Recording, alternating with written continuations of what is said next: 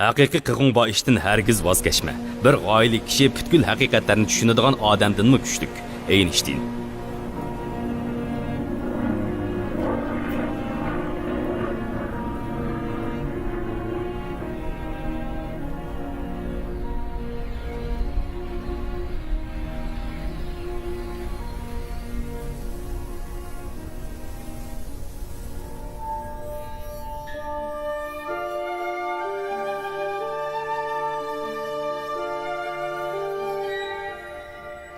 Kollimizda dunyoning varang churunglari qanmagan chaqda, uyqu bilan sagaklik orasida g'oyalarimiz tug'ildi. O bulutlar orasida uchib, jimjitlikqa makallashdi. Atrofimizdagi dunyo cho'nqur tasavvurimizga yo'shirindi. Biz ko'nglimiznikini ifodalamoqchi bo'ldik. Biz degan inson bir erkin ruh. Yangilik yaratish kuchimiz, qizg'inligimiz va kuch-quvvatimiz bor.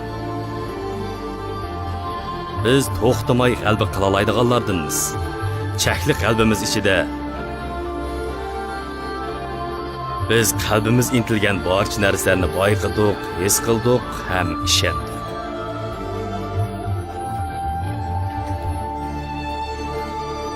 Navada g'ayimiz bo'lmasa, biz o'ylaganlarimizni hargizmi amaliyotga aylantirolmaymiz. Raketa qo'yib berish sistemamiz qo'zg'atildi. Musobaqada qoltis oldi. Bolid yana chempion bo'ldi. Bu shaxsan menga nisbatan bir kichik qadam bo'lsa-mu, lekin insoniyatga nisbatan cho'ng bir qadam.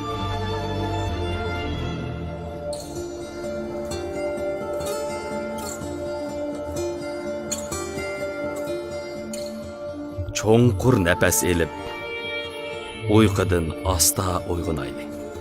Toki qalbimiz dunyoning qayerga berishni qaror qilganga qadar birdam jimjit turayli.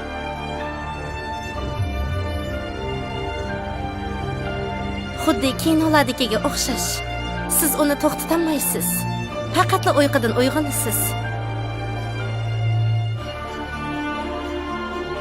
Siz ba'zilarning oyoq izini besib mangsangizmi yoki nurg'un yillardan keyin uning o'xshash odam bo'lsangizmi bo'ladi.